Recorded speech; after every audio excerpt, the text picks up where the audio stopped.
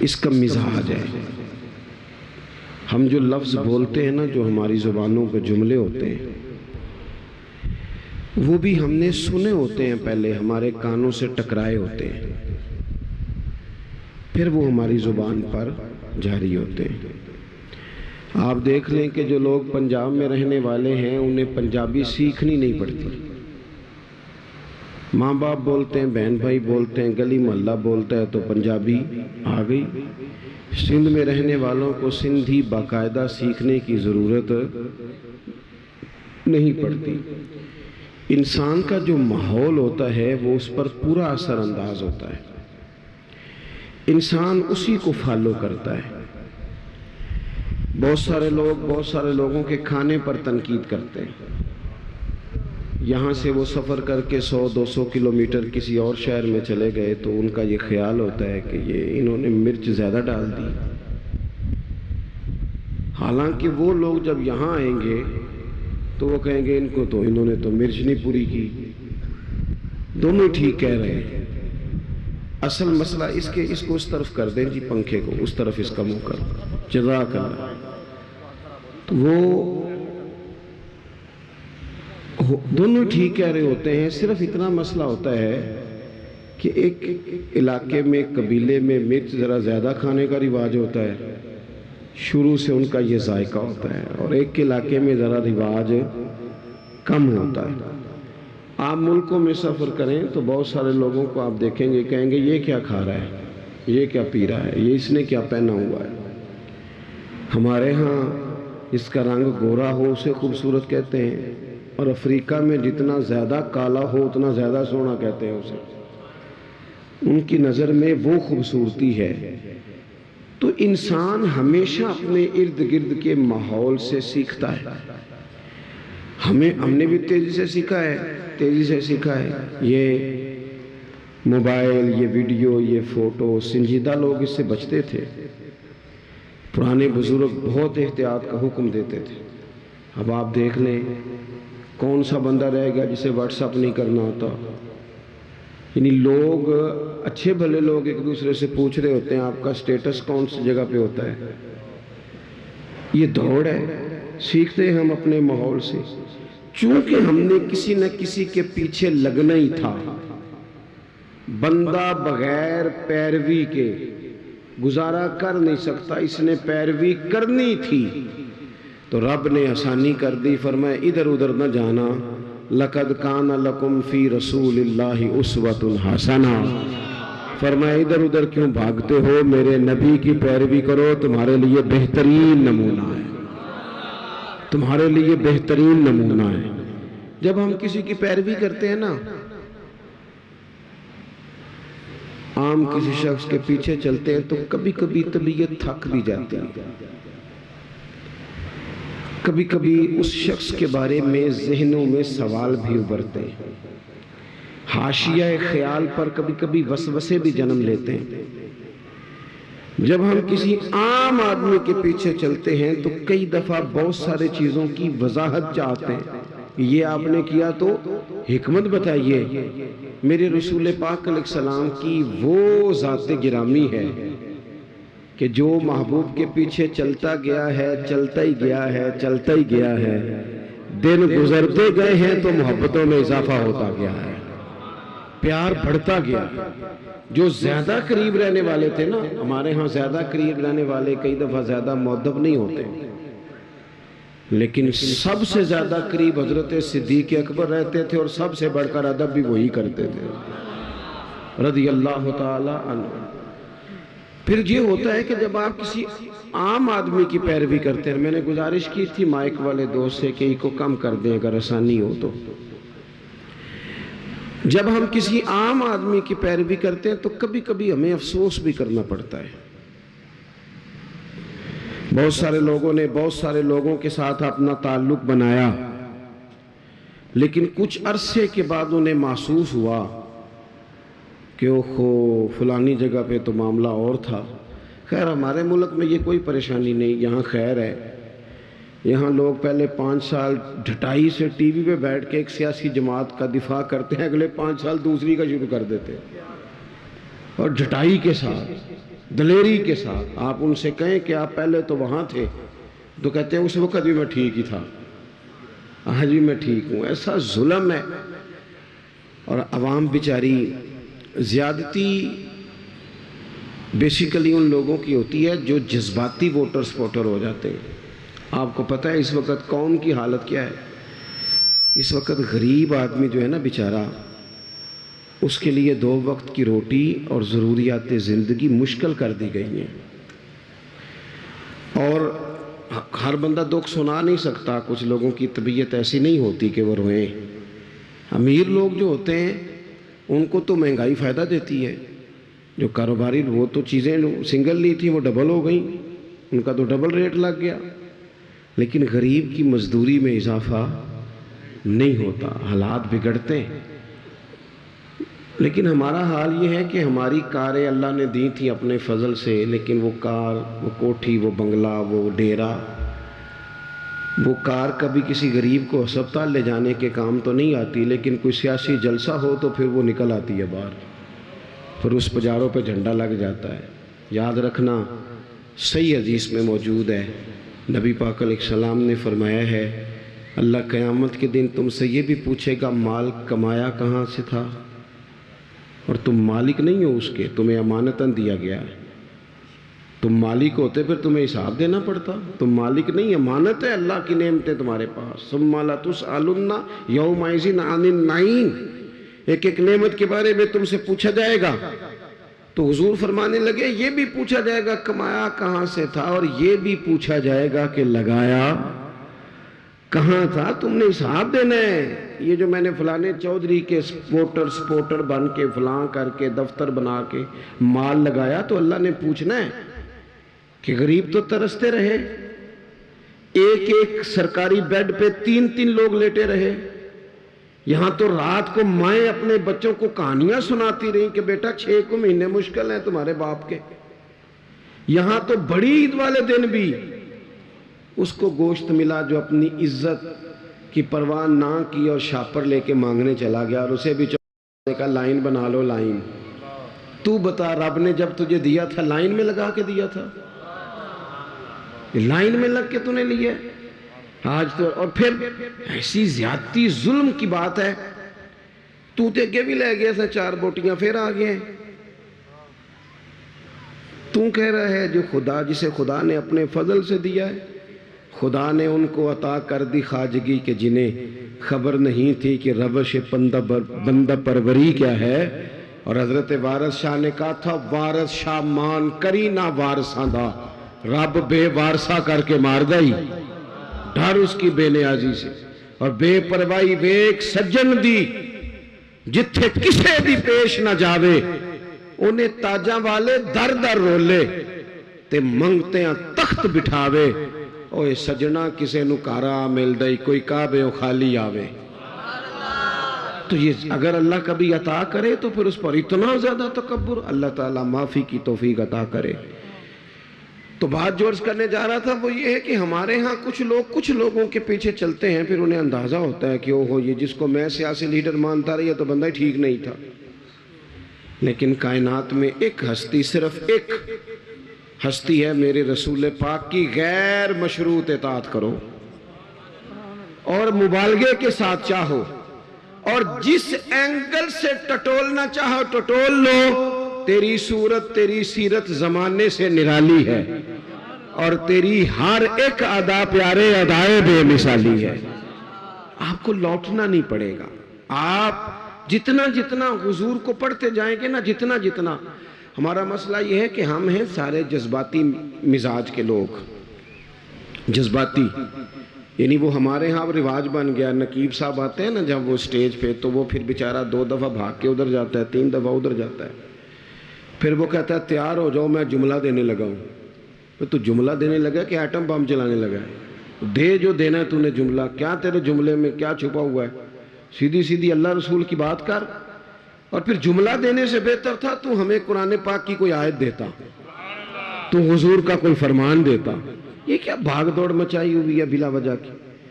اور جناب وہ نعت خان صاحب ہیں تو وہ بھی کہتے ہیں کہ جب تک سارے نہ سبحان اللہ کہیں اور جب تک پچھلے بھی نہ زور لگائیں اور جب تک شمال جنوب والے نہ بول پڑے مجھے ذائقہ نہیں آتا۔ بھئی تو نے تو 40,000 لیا، یہ تو مفت آئے ہیں سارے، تو زور لگا جس نے مال لیا ہے، اللہ تعالیٰ سمجھ عطا کرے۔ تو ہمارے ہاں یہ ہے جذباتی چیزیں۔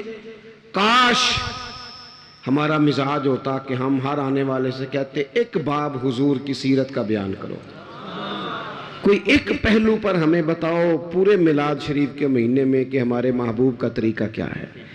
ہماری طبیعت ہوتی کہ ہر جمعے میں اگر ہم شوق پیدا کر لیں نا جمعے میں وقت پہ جائیں، تو میری طرح کا نکمہ مولوی بھی ہو تو وہ تیاری کرنے لگ جائے گا، لیکن ہم جاتے ہی نہیں۔ ہم تو آخری 10 منٹ میں جائیں گے تو وہ بھی 10 منٹ کی تیاری کرے گا، پہلے دیواروں کو سنانا ہے اس نے۔ جب تک ہم حضور کی مکمل سیرت کو نہیں پڑھتے، سیرت عالیہ کا پورا مطالعہ نہیں کرتے، جئیں گے تو صحیح پر جینے میں مزہ نہیں آئے گا۔ جن لوگوں نے مکمل پڑھ لیا تھا نا، محبوب کو دیکھ لیا تھا، سمجھ لی تھی چیزیں، اپنی فہم میں اتار لی تھی، ان کو پھر لطف آیا، جینے کا بھی مزہ آیا اور دنیا سے جانے کا بھی مزہ آیا۔ وہ لوگ جب دنیا سے جاتے تھے نا، صحابہ اور اہل بیت، تو وہ رو رو کے نہیں جاتے تھے، ان کے مزاجوں میں، لفظوں میں، جملوں میں کوئی مایوسی نہیں نظر آتی تھی۔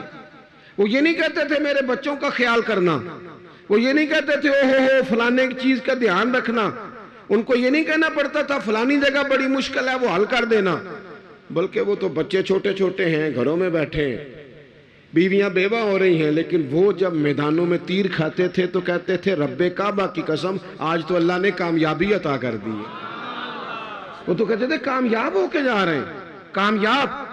حضور کی سیرت مبارکہ پر غور کیا جائے، اپنی زندگی کو سنت اور شریعت کے سانچے میں ڈھالا جائے، اور سنت اور شریعت ظاہری اولیاء کا نام نہیں،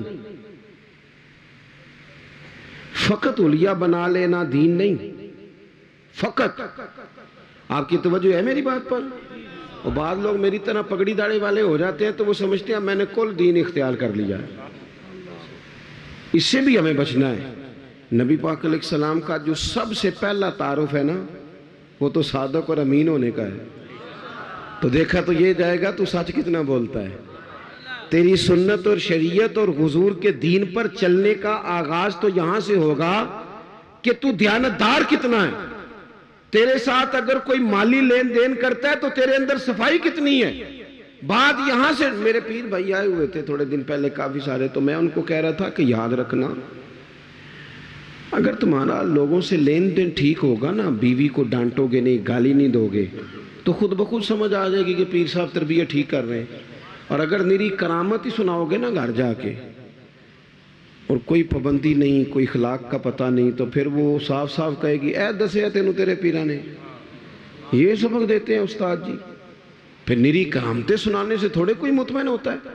عزیز، صرف ظاہری حلیہ نہیں، سب سے زیادہ ضروری ہے زبان کی سچائی، مال میں صداقت، صفائی۔ آپ لین دین کے پورے، ہمارے ہاں لوگ کہتے ہیں فلانے چودھری صاحب نے بیٹی کو حصہ نہیں دیا، تو میں کہتا ہوں جس کی 5 مربع زمین ہے اس کی بیٹی کا بھی حصہ بنتا ہے، اور جس کا 5 مرلے کا گھر ہے نا، پوچھ لینا مفتی صاحب سے، حصہ تو اس کا بھی بنتا تھا، تو اس نے کیوں نہیں دیا؟ صرف یہ آپ نے بڑے آدمی پر ہی الزام دینا تھا، گفتگو ہی کرنی تھی۔ جب تک آپ اپنے معاملات میں پوری صفائی نہیں رکھتے، جب تک آپ دیانت کا مظاہرہ نہیں کرتے۔ آج کل ہماری دیانتداری اس طرح کی ہے، ہمارے ایک دوست بتانے لگے کہ ایک آدمی گزر رہا تھا تو اسے جوتے کا ایک پیر مل گیا، جوتا بڑا مہنگا تھا، نیا تھا، ڈبے سے کسی کا گرا تھا، ایک پیر ملا۔ انہوں نے ڈھونڈنا شروع کر دیا، کس کا ہے جوتا، کس کا ہے، کس کا ہے، کس کا ہے۔ وہ گلیوں میں آوازیں دیتا جا رہا ہے، اور کسی کا جوتا گر گیا ہے۔ پھر تھوڑا سا آگے جا کے نا اسے دوسرا پیر بھی مل گیا، پھر اس نے مالک ڈھونڈنا بند کر دیا۔ اس نے کہا ٹھیک ہے اب ضرورت نہیں۔ جب تک وہ ایک تھا نا، دیانتداری عجیب ہے نا، یعنی کسی کو کہیں نا یہ مرغا بیمار تھا تو ذبح نہیں ہوا تو مر گیا ہے، تو وہ کھائے گا تو اسے الٹی آئے گی، کہے گا یہ حرام ہے۔ صحیح کہہ رہا ہوں؟ میری بات ٹھیک ہے؟ وہ مرغا جو 500 کا ہے وہ حرام موت مرا، ذبح نہیں ہوا، تو وہ کسی کو کھلائیں تو الٹی آتی ہے، بھئی اس پہ الٹی آتی ہے تو 50,000 حرام کا ہو تو اس پہ الٹی کیوں نہیں آتی؟ 50 کروڑ حرام کا تو اس پہ الٹی کیوں نہیں آتی؟ یہ کیا بات ہوئی کہ اگر تھوڑی چیز ہے تو معاملہ اور ہے، بڑی ہو جائے تو؟ مجھ سے ایک دفعہ ایک صاحب نے پوچھا، انہوں نے کہا کہ عیسائی کے ساتھ روٹی کھانی جائز ہے؟ میں نے کہا یہ مسئلہ غریب عیسائیوں کے بارے میں پوچھتے ہو، اس کے ساتھ بھی ناجائز ہے، لیکن عیسائی اگر امریکہ کا صدر ہو تو اس کے ساتھ بھی ناجائز ہے۔ اگر آپ نے اس لیے کہ وہ مشرک ہے، ناپاک ہے، نجس ہے، اس سے آپ نے پرہیز کرنی ہے، تو پھر اس وقت بھی مسئلے پوچھا کرو جب وزیر اعظم ہے، اس میں دعوت ہوتی ہے اور کئی مشیر مولوی بھی بیٹھے ہوتے ہیں بیچ میں، کئی منسٹر مولوی، اس وقت کبھی نہیں کسی نے مسئلہ پوچھا؟ کیا دین کا فتویٰ اس لیے ہے کہ غریب ہو تو فتویٰ اور ہے، امیر ہو تو مسئلہ اور ہے؟ تو اسوہ نور نبی پاک صلی اللہ علیہ وسلم کا یہ ہے، حضور کا اسوہ حسنہ یہ ہے کہ معاملات میں صفائی ہو، صداقت ہو، دیانت۔ آپ دیکھیں حضور کی سیرت کا حسن یہ ہے کہ ہجرت کی رات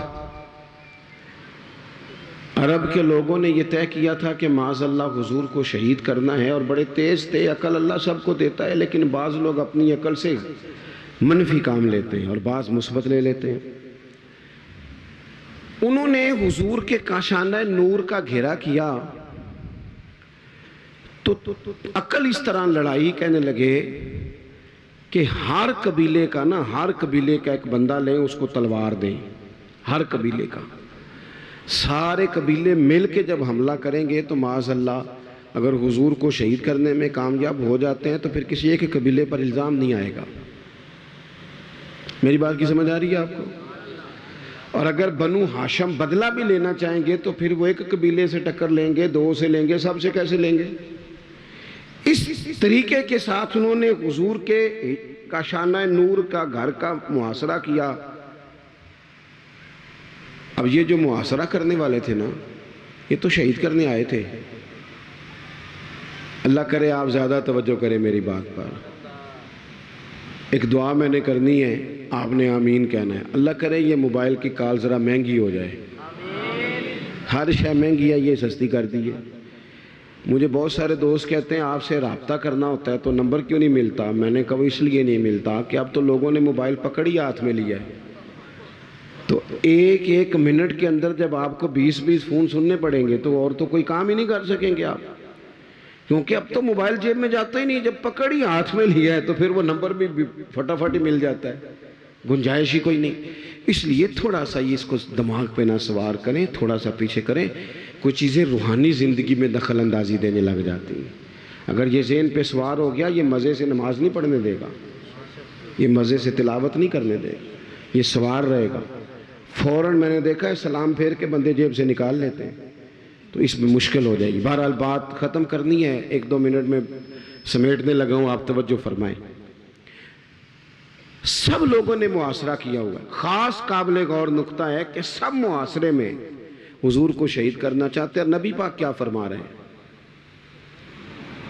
حضور فرما رہے ہیں علی یہ امانتیں لے لو، لوگوں کی امانتیں، صبح واپس کر کے نا امانتیں تو مدینے آ جانا۔ یہ جن امانتوں کا نبی پاک بندوبست کر رہے تھے نا، محققین نے لکھا ہے ان میں سے ڈھیر ساری امانتیں ان لوگوں کی بھی تھیں جو باہر تلوار لے کے کھڑے تھے، ان کی بھی امانتیں حضور کے گھر میں۔ مجھے بتاؤ کسی بندے کوئی لوگ عمرے پہ جانے لگے تو لوگ کہتے ہیں پہلے میرے پیسے دے، کرائے کا مکان والا بندہ جانے لگے تو لوگ کہتے ہیں پائیا پہلے پیسے دے، تیرے سے پیسے لینے ہیں، تو کیسے جائے گا محلہ چھوڑ کے؟ تو جس شخص کو معاذ اللہ آپ قتل کرنے پہنچ گئے ہیں، جس شخصیت کو شہید کرنے کا ارادہ کر لیا، پیسے گھر میں پڑے، معنی کیا ہے؟ کہ ان کو بھی پتا تھا کہ یہ شہید کر بھی دیے گئے، اگر کسی وجہ سے ہم کامیاب بھی ہو گئے تو ہمارا پیسہ ضائع نہیں ہوگا۔ اور حضور کو بھی دیکھیں آپ، یہ حضور نے ہمیں سوچے دیے ہیں، اسوہ حسنہ، میں نے کہا صرف ظاہری حلیے کا نام نہیں، سوچیں دیے ہیں حضور نے ہمیں کہ نبی پاک صلی اللہ علیہ وسلم۔ دیکھیں نا کتنا آسان ہے یہ ہمارے لفظ کہنا کہ مشکل آ گئی تھی، لوگوں نے رہنے نہیں دیا، چلے گئے، لیکن کریم نے اس ایمرجنسی کے عالم میں بھی جب پورا مکہ تلواریں لے کے سڑکوں پہ آ گیا ہے، وہاں بھی اگر حضور نے فکر کی ہے تو لوگوں کی امانتوں کی فکر کی ہے۔ اور قربان جائیں، مولا علی سے بھی جب کسی نے پوچھا کبھی مزے سے بھی سوئے؟ کہنے لگے وہ رات ہی مزے سے سویا تھا۔ تو کہا جناب وہ تو خطرہ تھا، اگر وہ پردہ نہ اٹھاتے اور آپ پر اسی طرح حملہ کر دیتے تو حضرت علی کہنے لگے ایسے ہی کر دیتے، ساڈے نبی دی زبان ساڈے واسطے قرآن۔ حضور نے فرمایا تھا علی سو جا، سویرے امانتیں دے کے مدینے آ جانا۔ جب حضور نے کہا تھا سو بھی جا تو مجھے سمجھ آ گئی سوؤں گا بھی۔ جب کریم نے کہا سویرے اٹھنا ہے تو سمجھ آ گئی سویرے اٹھنا بھی ہے۔ جب کہا امانتیں دے دینا تو سمجھ آ گئی امانتیں دینی بھی ہیں۔ اور جب کہا تھا مدینے آ جانا تو سمجھ آ گئی جناب اسرائیل اتنی دیر نہیں آ سکتے جتنی دیر حضور کا مدینہ نہ آئے۔ جنوں ویکھ کے ٹھردیاں آکھیاں نے تو جنوں ویکھ کے ٹھردا سینہ ہے، ربا تیری ساری خدائی چیک کی تے شہر مدینہ ہے۔ اور رب بھی جانے سونے محبوبہ تیرے شہر دیاں بھی کی لذتاں نے۔ ایک رون جنہاں نے ویکھیا نہیں تے ایک رون دوبارہ جامن لی۔